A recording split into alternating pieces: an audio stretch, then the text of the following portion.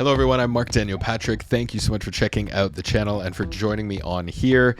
For those of you that are left, thank you for coming back. Thank you for supporting the channel. A quick comment on the last couple of weeks. Look, I'm incredibly proud of the content that we're creating on the Patreon page. There are over 200 reaction videos on there that do not appear on YouTube, and I was trying to find the best way to market or showcase that, and clearly that failed without having the actual content there for the viewer to understand exactly what I was talking about. It just doesn't make sense, and obviously that's not going to be a video that anyone's going to come back to watch again and again. So I apologize for that. Thank you for sticking with me through that little experiment. If you want to see those videos in their entirety, they're still on our Patreon page. Like I said, there's over 200 reaction videos there. We pick a different theme, a different show, a different film, whatever it is, each and every week, and 3 videos every Monday, Wednesday, and Friday go up around that show or that theme that we've picked for that week. So if you want to find the content there, you can find it at the link below. Today, we're reacting to what feels like a little bit of old school content now, but there are a couple of performances that I did not get to from Hamilton, and this is one of them that keeps coming up on our Patreon page. Shelby, you're going to be happy we're finally getting to this one. When you're trying to encapsulate so much history in a 2.5-hour show, you're going to get some songs that just fly at a breakneck pace. And this one kind of sets the bar for the fastest song we've ever seen in a musical theater show. Now, according to mentalfloss.com, there are over 20,000 words in the 2.5-hour run of Hamilton, and this one comes at you as clearly one of the fastest of the entire show. As usual, we'll take a look at this number in its entirety, and then we'll come back and make some comments. This is Daveed Diggs and the cast of Hamilton with Guns and Ships. How does a ragtag volunteer army in need of a shower somehow defeat a global superpower? How do we emerge victorious from the quagmire, leave the battlefield waving Betsy Ross's flag higher? Yo, turns out we have a secret weapon, an immigrant you know and love who's unafraid to step in. He's constantly confusing, confounding the British henchmen. Everyone give it up for America's favorite fighting Frenchman.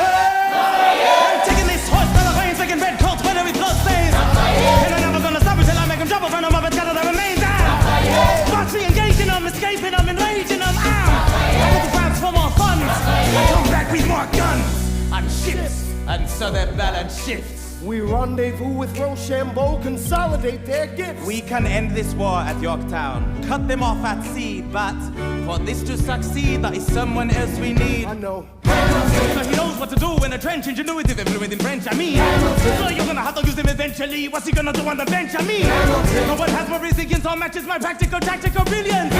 You want to fight for your land back? I need my right-hand man back. Yes, get your right-hand man back. You know you gotta get your right-hand man back. I mean, you gotta put the button to the letter, but the sooner the better to get your right-hand man back. Alexander Hamilton, troops are waiting in the field for you.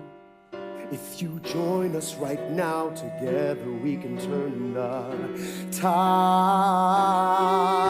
Oh, Alexander Hamilton, I have soldiers that will yield for you. If we manage to get this right, they'll surrender by early light.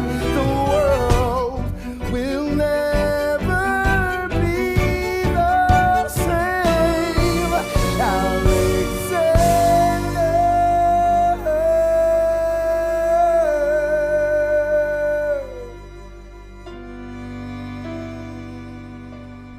God, that voice. My God. Chris Jackson.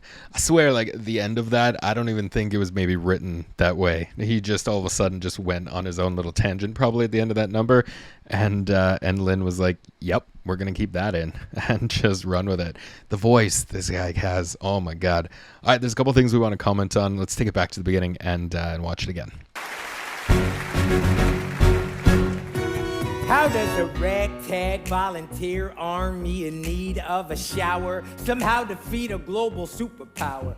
How do we emerge victorious from the quagmire, leave the battlefield waving Betsy Ross's flag higher? This is something I've said a lot while commenting on Hamilton, but Leslie Odom Jr. is the ultimate MC. I would want him to MC anything, my wedding, my funeral, every show I watch on Broadway. You want him. He's just so in control of every single moment. One really small thing that I love about him is his eye contact. He focuses on one area for maybe 8-10 seconds at a time and then shifts focus. Most people, when they're alone on stage for lengthy periods of time, they start to do this presentation thing where they're scanning the audience. He's got those pinpoints of focus, and it just makes you feel like he's so in control of every moment. It's a very, very small thing, but I'm telling you, it makes a world of difference, and I love the way he does it.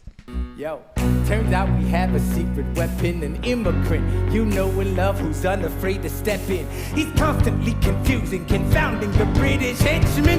Everyone give it up for America's favorite fighting Frenchman. And the physicality he brings to the role is so good. We see it in The Room Where It Happens. We see it in Nonstop. We've seen it in so many different things. Just the physicality he's able to bring in, it just makes so much sense, and it just makes it so much more of an art piece. I don't know how else to say it. He just adds so much to the role with that physicality that he has. Taking this horse by the veins, making red coats when we blood stains. And I'm never gonna stop until I make him jump from the moment that remains. What are you kid? Okay, what the hell does? Who knows what the hell he says there? Who cares what he says?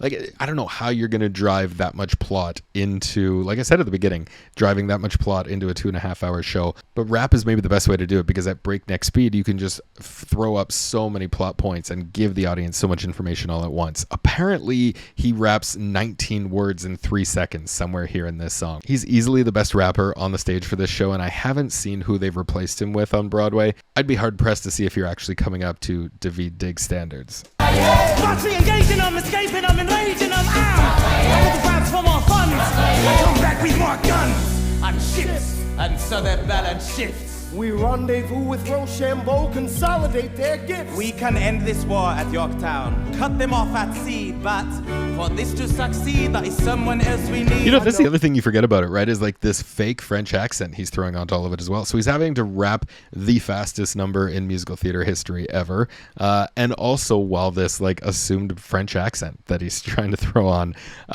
top of his American. It's flawless. It's so good, and you can see why the man was so praised for this role. He knows what to do in a trench, ingenuity, fluent in French. I mean, so you're gonna have to use him eventually. What's he gonna do on the bench? I mean, no one has more resilience or matches my practical, tactical brilliance.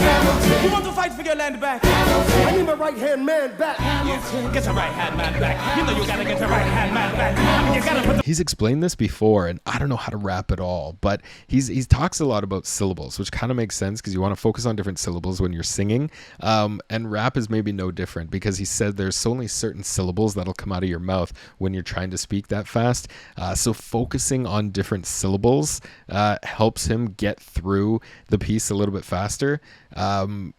Maybe that makes sense to some people out there. Maybe people can explain it better in the comments than I just did, but that's kind of what I took away from what he said, is just focusing on those syllables of the words to be able to push you through 19 words in 3 seconds apparently. you gotta put the button to the letter, but the sooner the better to get your right-hand man back. Alexander Hamilton. I love the way they do this. Troops are waiting in the field. It's so simple, but the staging of just throwing that telegram all around the stage as they deliver it to Lynn, deliver it to Hamilton. Oh, Alexander Hamilton, I have soldiers that will yield for you. If we manage to get this right, they'll surrender my early life. The world will never be the same. Alexander.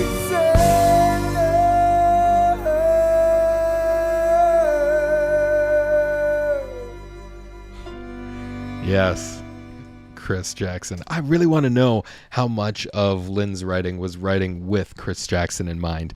And then again, just like Daveed, the people who have to come in and play these roles next, it's a tall order to step up to these talents. And he clear to me, I mean, Leslie Odom Jr. is flawless as well, but Chris Jackson just has one of those voices, one of the best voices in this show. And he seems to get the opportunity to showcase a lot what he can do in this entire show. And that's why I really wonder if Lynn is writing for him and just letting Jackson take off with the incredible vocals that he has. I love that number. It's short and sweet, but man, is that fast. That's so much dialogue and so much plot going into just a two and a half minute number. And I can't believe we missed it on our first tour of Hamilton. All right, that's all the time we have for this video. Thank you so much for watching. Don't forget, leave me your comments of what you thought of this video and what you'd like to see in the future. Hit that subscribe button, turn on those notifications, and you can also join me at my Patreon page at the link below. I'm Marc Daniel Patrick, and we'll see you next time.